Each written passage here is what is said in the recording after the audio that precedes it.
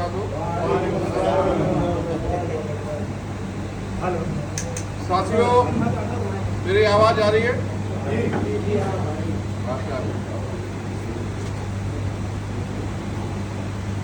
मोदी जी ने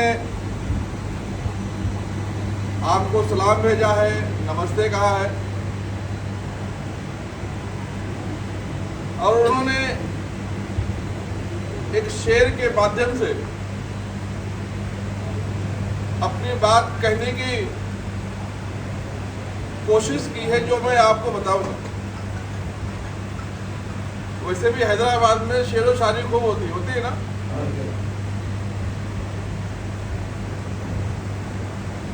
जो हालात कांग्रेस ने पैदा किए हैं कि भारतीय जनता पार्टी मुसलमानों के खिलाफ है, भारतीय जनता पार्टी मुसलमानों की दुश्मन है, उस पे एक शेर के माध्यम से मैं मोदी जी की बात को रखना चाहूंगा। मैं चिराग हूं, मोदी जी कहते हैं मैं चिराग हूं, मेरी दुश्मनी अंधेरे से है। क्या बात, क्या बात। देखो हैदराबाद के शेरो शादी का कितना माहौल हो गया। माहौल का असर है सर। मैं चिराग हूं, मेरी दुश्मनी अंधेरे से है, ये हवा बेवजह दुश्मन बना बैठा है। मोदी जी किसी के दुश्मन नहीं है। मोदी जी का दुश्मन है तो परिवारवाद के। कौन सी बात है कि पंडित नेहरू प्रधानमंत्री बने, फिर इंदिरा गांधी प्रधानमंत्री बनी, फिर राजीव गांधी प्रधानमंत्री बने, फिर राहुल भैया प्रधानमंत्री बनेंगे। क्यों ये देश उनके अब्बा का है क्या? हमारा आपका नहीं है? आप मुझे बताएं, अंग्रेजों से क्या उनके अब्बा ने अकेले छुड़वाया था? अरे भाई, हमारे आपके लोग भी कुर्बान हुए थे, तो हमको आपको भी मौका मिलना चाहिए जी, लेकिन नहीं मिलेगा। प्रधानमंत्री श्री नरेंद्र मोदी इसके खिलाफ है कि ये देश सबका है और सब इस पर आकर अपने अपने हिसाब से खिदमत करना चाहिए, मौका मिलना चाहिए। जो ये मौका नहीं देता है, परिवारवाद से कब्जा किया हुआ है, मोदी जी उसके दुश्मन है, अब वो चाहे जो भी हो। आप बताओ, मैं दिल्ली से आज आया, मैं जब एयरपोर्ट पे गया तो एयरपोर्ट का नाम क्या मालूम है? राजीव गांधी नहीं, दिल्ली का इंदिरा गांधी एयरपोर्ट। और जब मैं उतरा तो क्या नाम है? राजीव गांधी। अरे भैया, कोई देश में और नहीं है क्या? सेम तेलंगाना में महापुरुषों की कमी है क्या? ऐसा क्या दे दिया राजीव गांधी ने? ये जो कब्जेदारी है, इसके खिलाफ मोदी जी है। आज आप देख रहे होंगे, देश में कांग्रेस ने जितनी भी योजनाएं निकाली, उसका लाभ मिला कि नहीं मिला, ये तो बात की बात है। लेकिन नाम किसका? तो पंडित नेहरू के नाम से योजना, इंदिरा गांधी के नाम से योजना, राजीव गांधी के नाम से योजना, संजय गांधी के नाम से योजना, राहुल गांधी के नाम से योजना, प्रियंका गांधी के नाम से योजना, और प्रियंका के जो बेटे हैं उनके भी नाम से योजना। क्या तमाशा! प्रधानमंत्री श्री नरेंद्र मोदी जी ने 400 योजनाएं निकाली, लेकिन कहीं भी उन्होंने अपना नाम नहीं डाला। आप बताओ, अभी सबसे अच्छा जो योजना चल रहा है वो नौजवानों के लिए EWS योजना। वो चाहते तो लिख सकते थे नरेंद्र मोदी इकोनॉमिकल बैकवर्ड योजना, रिकंस्ट्रक्शन योजना लिखा उन्होंने। कांग्रेस ने लिखा था संजय गांधी निराधार योजना। ये जो नाम के माध्यम से लोगों को मूर्ख बनाने का काम कर रहे हैं, इसके खिलाफ मोदी जी। आप सब नौजवान हैं, आप सबको नहीं पता कि 10 साल पहले जब कांग्रेस की सरकार थी तो कितना भ्रष्टाचार होता था। आज जैसा आसान मामला है पहले नहीं था। आज आप हैदराबाद से कहीं निकलेंगे तो सड़क से निकलना चाहेंगे तो 4 लेन 8 लेन हाईवे, हवाई जहाज से निकलना चाहेंगे तो हर शहर को जोड़ने के लिए फ्लाइट, ट्रेन से निकलना चाहेंगे तो वंदे भारत ट्रेन। आप मुझे बताएं, 10 साल पहले सड़क पर चलना कितना मुश्किल था, हवाई जहाज का टिकट खरीदना कितना मुश्किल था। ये आप पूछ नहीं सकते, अपने परिवार के लोगों से पूछे तो बताएंगे। पहले हवाई जहाज का सफर करना मतलब वो बड़े आदमियों का काम हुआ करता था, लेकिन प्रधानमंत्री श्री नरेंद्र मोदी जी की आने के बाद हवाई जहाज का सफर हवाई चप्पल पहनने वाला भी कर सकता है। ये सुविधा प्रधानमंत्री ने दिया और कहीं 1 रुपए का भ्रष्टाचार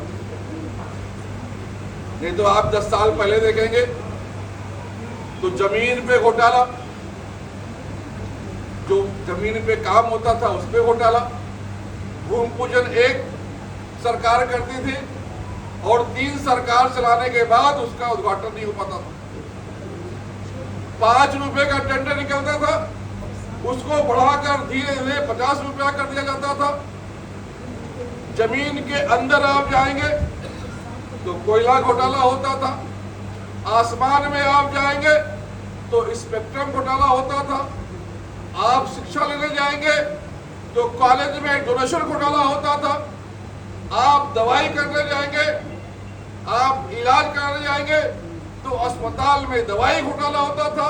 वहां अस्पताल नहीं होता था, अस्पताल होता था तो वहां डॉक्टर नहीं होता था, डॉक्टर होता था वहां मरीज के लिए दवाई नहीं होती थी, और जो अगर डॉक्टर और दवाई दोनों है तो वहां मरीज को सोने के लिए बेड नहीं होता था। ये आपको नहीं पता है, क्योंकि जब आप जाते हैं तो आपको सब कुछ उपलब्ध मिलता है, लेकिन जिस प्रकार से पिछली सरकारों ने, कांग्रेस की सरकारों ने भ्रष्टाचार किया हुआ था, उसके खिलाफ मोदी जी हैं। मोदी जी किसी धर्म के, जाति के खिलाफ नहीं है।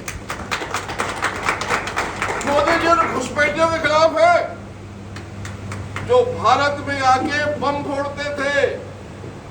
आप तो नौजवान हैं, आपको हालत नहीं पता देश के। 10 सालों में किसी की हिम्मत नहीं हुई कि भारत में आकर कोई बम फोड़ दे, धमाका कर दे।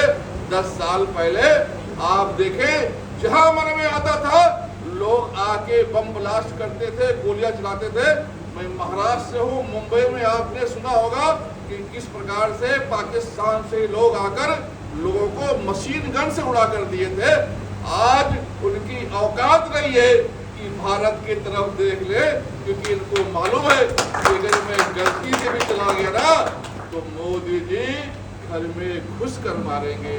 वो कहते नहीं है, वो करके दिखाते हैं। जो घुसपैठिए आकर हमारी आपकी जान लेते थे, मोदी जी उनके खिलाफ हैं, किसी धर्म के खिलाफ नहीं।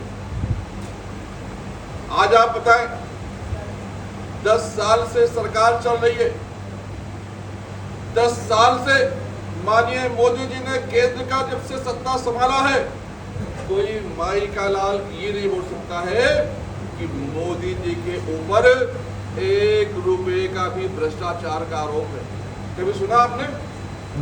दुनिया की पूरी मीडिया, दुनिया के पूरे लोग, क्योंकि मोदी जी सिर्फ कांग्रेस के लिए खतरा नहीं है।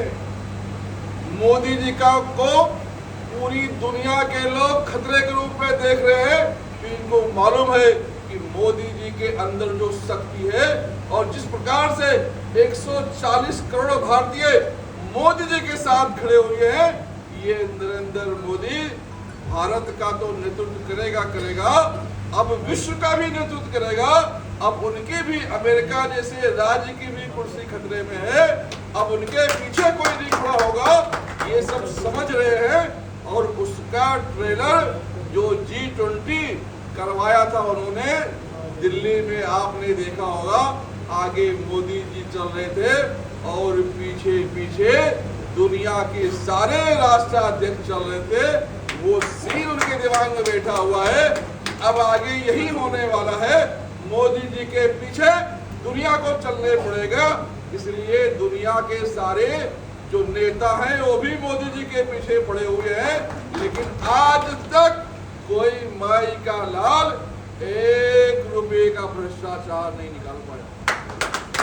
वो तो मोदी जी है, उनका मुकाम अलग है, लेकिन मुझे कहते हुए गर्व हो रहा है कि मोदी जी के मंत्रियों के ऊपर भी आज तक 1 रुपए का भ्रष्टाचार कोई नहीं निकाल पाया है।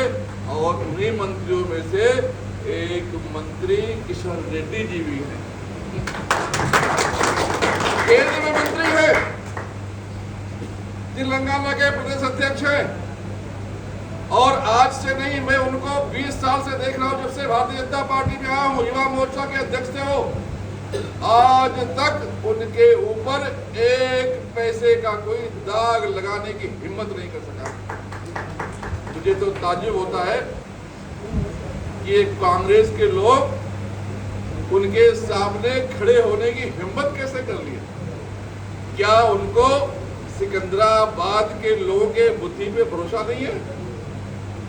आप मुझे बताएं, एक तरफ किशन रेड्डी जी है जो अभी भी मंत्री है और आगे भी इंशाअल्लाह मंत्री बनेंगे, क्योंकि ये लड़ाई जीत हार की नहीं है। ये लड़ाई भारतीय जनता पार्टी की है कि भारतीय जनता पार्टी चुनाव लड़ रही है कि हमको 400 से ज्यादा सीटें लानी है, 400 पार करानी है। हम 272 की नहीं लड़ रहे, सबको पता सरकार बन रही है।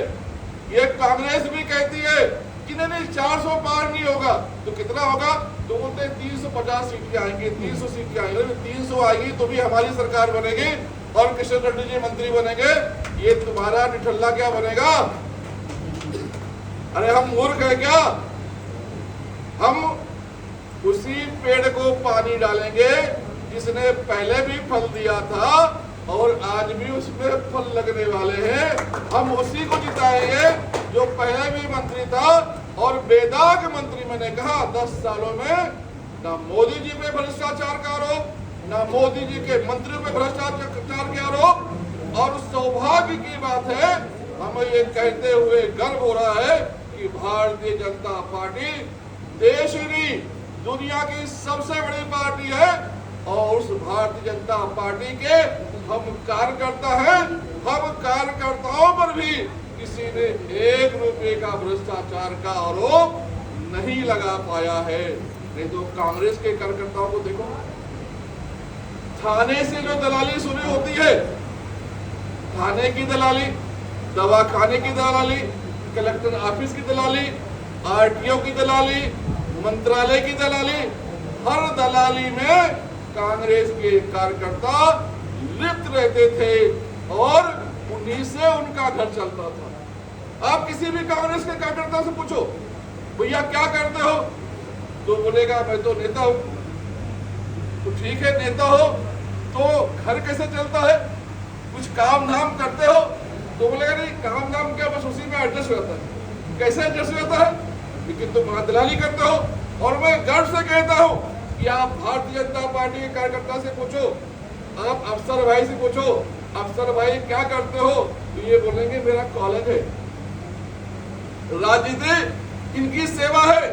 भारतीय जनता पार्टी के कार्यकर्ता का काम राजनीति सिर्फ सेवा के लिए है। पेट उसका अपनी मेहनत की कमाई से भरता है। आप किसी भी कार्यकर्ता से पूछ लो, वो राजनीति से रोटी नहीं कमाता है, राजनीति सेवा के लिए करता है। और जब इतने अच्छे पार्टी कार्यकर्ता, इतनी अच्छी सरकार, इतना अच्छा काम हमने किया है, कांग्रेस और विपक्ष आज तक 1 रुपए का दाग नहीं लगा पाया है, तो क्या वो वॉकआउट कर देंगे? क्या वो लोग कहेंगे जाओ भैया आप जीत जाओ? वो तो नहीं कहेंगे।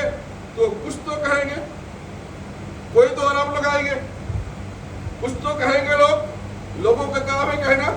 लेकिन हमें आपको यही काम करना है कि लोगों के आरोपों को जवाब के रूप में देना है कि कांग्रेस और विपक्ष के जो लोग हैं उनको एक हुनर बहुत अच्छे से आती है कि लोगों को कंफ्यूज कर देना। जब आप किसी को कन्विंस ना कर सको तो उसको कंफ्यूज कर दो, जिससे उसकी अच्छाई पूरी तरह से हो जाए। मुझे लगता है कांग्रेस के कार्यकर्ताओं की ट्रेनिंग अच्छे शैतानों ने की है, उन्हीं का काम लोग कर रहे हैं, लोगों को गुमराह करना।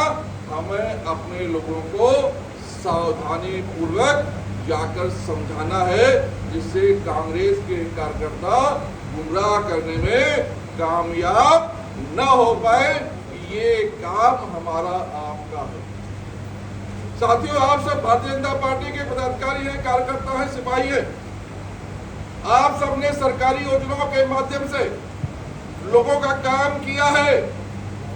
उस कामों पे पानी फेरने के लिए कांग्रेस के कार्यकर्ता घूम रहे, गुमराह करने के लिए कांग्रेस का कार्यकर्ता घूम रहे। तो हमें और आपको भी सावधानी पूर्वक अपने काम को अंजाम देने के लिए घर में से निकलकर लोगों के बीच में रहना है, लोगों से बातचीत करते रहना है, लोगों को समझाते रहना है। ये सबसे बड़ी जिम्मेदारी हमारी आपकी बनती है। यहाँ पर जो सिकंदराबाद का लोकसभा है, उसके अफजल भाई हमारे जो प्रभारी बने हुए हैं, माशाल्लाह बहुत अच्छा काम कर रहे हैं। और मैं देख रहा हूँ कि अफजल भाई ने 7 विधानसभा में आपके जैसे मजबूत कार्यकर्ताओं को जोड़कर रखा है, किसी को प्रभारी बनाया है, किसी को सह प्रभारी बनाया है। हमें और आपको बूथों पर जाकर बैठने की आवश्यकता है। अफजल भाई, मैं आपसे गुजारिश करूंगा, पाशा भाई आप भी, कि आप सबके हाथ में बूथ का लिस्ट दें और उन बूथों के लिस्ट को लेकर हमें आपको उसका अध्ययन करना है, उसको स्टडी करनी है। क्योंकि कांग्रेस का काम ये भी है कि फर्जी वोट जो मर गए हैं, जो शहर छोड़कर चले गए हैं, जो बहन हमारी शादी ब्याह करके बाहर निकल गई है, उन फर्जी वोटों को भी पोलिंग बूथ पर जाकर फर्जी वोट करवाना, हमें उसको पहले से चिन्हित कर लेना है। उस वोट को हमें पढ़ लेना है कि ये यहाँ पर नहीं है, इसकी मैयत हो गई है, ये शहर छोड़कर चला गया है, ये बहन की शादी हो गई है, बाहर चला गया है, उसको टिक मार्क कर लेना है। और जो भाई हमारा बूथ के अंदर जाने वाला है उसको बताकर समझाकर कर देना है। ये फला फला नंबर का जो वोट है ये डाउटफुल वोटर है, उसके आगे डी लिख देना है। इस पर जरा सावधानी करना। आप यकीन माने कम से कम 50,000 वोट तो ऐसे हम आप बढ़ा लेंगे, जो वो फर्जी करने वाले थे उसको रोक देंगे। इस काम को भी हमें करना है।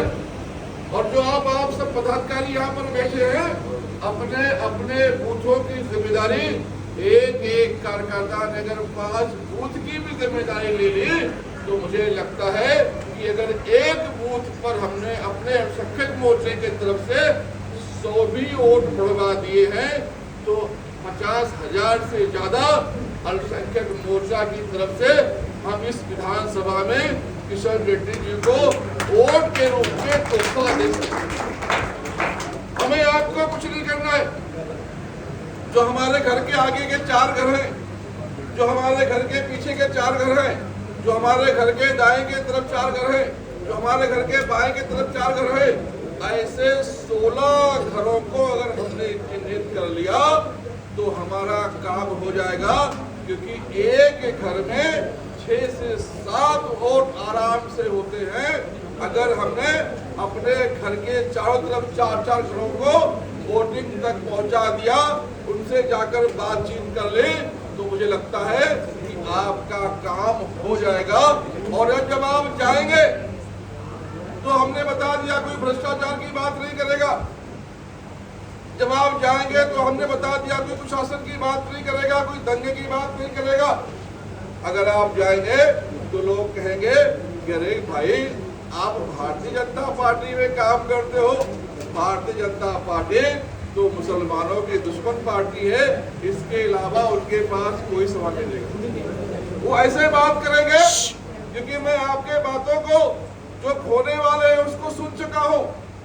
वो ऐसे बात करेंगे कि जैसे आप कांग्रेस को वोट दोगे तो जब आपका इंतकाल होगा, क्योंकि जब दुनिया में आया है तो एक दिन सबका इंतकाल होगा, और जब कब्र में दफनाया जाएगा और मुनकर नकीर आएंगे तो ये नहीं पूछेंगे आपका दीन कौन सा था। वो ऐसा पेश करेंगे कि आपसे पूछा जाएगा आपकी पार्टी कौन सी थी, आपने किस पार्टी को वोट दिया। उसी बात पर जहन्नम और जन्नत का फैसला होने वाला है। अरे इस पर कुछ नहीं होने वाला है, ये सिर्फ गुमराहियत की तरफ ले जाने वाला है। ये लोग हमें और आपको गुमराह करने वाले हैं। और जब ये सवाल आपसे करेंगे तो मैं बताता हूँ आपको क्या जवाब देना है। आपको बताना है कि भारतीय जनता पार्टी ही हमारी असल पार्टी है, इसी को हमने बनाया है। देश में सिर्फ भारतीय जनता पार्टी ऐसी पार्टी है जिसको बनाने में मुसलमानों का योगदान है, बाकी कांग्रेस में नहीं है। आपको बताऊं 6 अप्रैल 1980 को जब भारतीय जनता पार्टी बनाई गई तो उसको बनाने वाले कौन थे, जरा एक बार सुने आप, और मेरे बात को गूगल बाबा से वेरीफाई करके पूछ के उसको फिर यकीन करना। जब 6 अप्रैल 1980 को भारतीय जनता पार्टी बनाए गए तो उसको बनाने वाले 4 मेन लोग थे। एक थे स्वर्गीय अटल बिहारी वाजपेयी जी, जो उसके राष्ट्रीय अध्यक्ष बने, और जो दूसरे थे वो श्री मुरली मनोहर जोशी जी थे, जो उसके महामंत्री बने, और जो तीसरे थे वो लाल कृष्ण आडवाणी थे, जो उसके महामंत्री बने, और जो चौथे थे वो हाजी सिकंदर बख्श थे, जो दिल्ली से थे और जनता पार्टी के वो सांसद थे। और जब जनता पार्टी की सरकार थी तो उसमें मंत्री भी थे। ये 4 लोग भारतीय जनता पार्टी में बनाने में सबसे महत्वपूर्ण योगदान दिया है। और देखा जाए तो उसके हिसाब से तो भारतीय जनता पार्टी में हमारी आपकी हिस्सेदारी भी 25% की है, लेकिन हम और आप बाकी पार्टियों में जाकर पानी भरते रहे, और बाकी पार्टियों ने जाकर हमें वोट बैंक के रूप में इस्तेमाल किया और हमारे हाथ में ठेका दे दिया, इसलिए हम पिछड़ गए। आज हम भारतीय जनता पार्टी के साथ आकर हम अपना हक लेकर हम भी तरक्की के रास्ते पर माननीय प्रधानमंत्री जी के नेतृत्व में, किशन रेड्डी जी के नेतृत्व में हम जाएंगे। ये साथियों हमें अपने कौम के लोगों को भी समझाना है, और मुझे यकीन है कि कौम ने मन बना लिया है कि आने वाले समय में भ्रष्टाचार से मुक्ति के लिए, आने वाले समय में देश में दंगा से मुक्ति के लिए, आने वाले समय में देश को घुसपैठियों से मुक्त कराने के लिए, आने वाले समय में देश में परिवारवाद की राजनीति को खत्म करने के लिए लोग फिर से भारतीय जनता पार्टी को जिताने की मूड में बने हुए हैं। जो 2 चुनाव अभी हुए 16 तारीख को और 26 तारीख को लगभग 182 सीटों पे वोट पड़े हैं, उसका जो रुझान अभी तक आया हुआ है, सभी जगह भारतीय जनता पार्टी साथियों जीत के आ रही है। देश के सभी भाई बहन भारतीय जनता पार्टी को जिताने के लिए काम कर रहे हैं। हमें भी इंशाल्लाह अपने सिकंदराबाद से भारतीय जनता पार्टी को जिताने का काम करना है। किशन रेड्डी जी उन्होंने हमें बहुत काम किया है, किशन रेड्डी जी जिन्होंने हमें बहुत सेवाएं दी हैं, और उनको 1 नंबर के स्थान पर चुनाव आयोग ने भी रखा हुआ है। जो 1 नंबर का आदमी होता है वो 1 नंबर का स्थान पाता है। ये भी एक बहुत सौभाग्य और खुशनसीबी की बात है। हमें उनको 1 नंबर के वोट से सबसे ज्यादा लीड से किशन रेड्डी जी को हमें जिता कर भेजना है, इसलिए ज्यादा लीड चाहिए। जीतने वाले तो है ही है, क्योंकि जब मंत्री पद का फैसला हो तो उसमें लीड भी देखी जाती है। किशन रेड्डी जी मंत्री तो बनने वाले हैं, लेकिन जब मंत्री पद का फैसला हो तो मोदी जी ये सोचे भाई किशन रेड्डी जी 5 लाख वोट से जीत कर आए हैं, तो इनको मंत्रालय भी बड़ा होना चाहिए, और अपने आदमी का मंत्रालय जब बड़ा होगा तो हमारा आपका भी सीना चौड़ा होगा, होगा कि नहीं होगा? हमें आपको किशन रेड्डी जी को 5 लाख से ज्यादा वोटों से जिताकर भेजना है, और मुझे यकीन है कि आप सबके नेतृत्व में ये इंशाअल्लाह मुमकिन होगा। किशन रेड्डी जी 5 लाख से ज्यादा वोट जीत कराएंगे। तो मैं आप सभी भाई बहनों से, खास तौर से जो बूथ के कार्यकर्ता है, जो मंडल के प्रभारी है, जो सह प्रभारी है, जो अफजल भाई के साथ काम करने वाले लोकसभा के प्रभारी है, इंचार्ज है, मैं उनसे गुजारिश करूंगा कि आने वाले 13 तारीख तक थोड़ा सा ज्यादा मेहनत कर ले, थोड़े से सजगता के साथ लोग बीच में रहकर लोग गुमराह ना हो, इसकी चिंता कर ले। माननीय प्रधानमंत्री जी ने 10 सालों में जो काम किया है, इंशाअल्लाह वोट तो पड़ने वाले हैं, लेकिन उन वोटरों को लोग खराब करने के चक्कर में जो गुमराह करने वाले निकलेंगे, उनको रोकने का काम हम आप करेंगे। इंशाअल्लाह हमें बहुत कामयाबी मिलेगी, हम इंशाअल्लाह जीतेंगे। आप सब यहाँ पर आए, मेरी बात को सुना, मैं आप सबका शुक्रिया भी अदा करता हूँ। और यहाँ पर हमारी जो बहन है डॉक्टर शहनाज, ये कश्मीर से चलकर खास तौर से आई हुई है, हमारे बीच में उन्होंने आकर अपनी बात को बताई, हमारा मार्गदर्शन किया, मैं उनका भी शुक्रिया अदा करता हूँ। आप सबका दिल के गहराई से शुक्रिया, बहुत बहुत शुक्रिया। अल्लाह हाफिज़।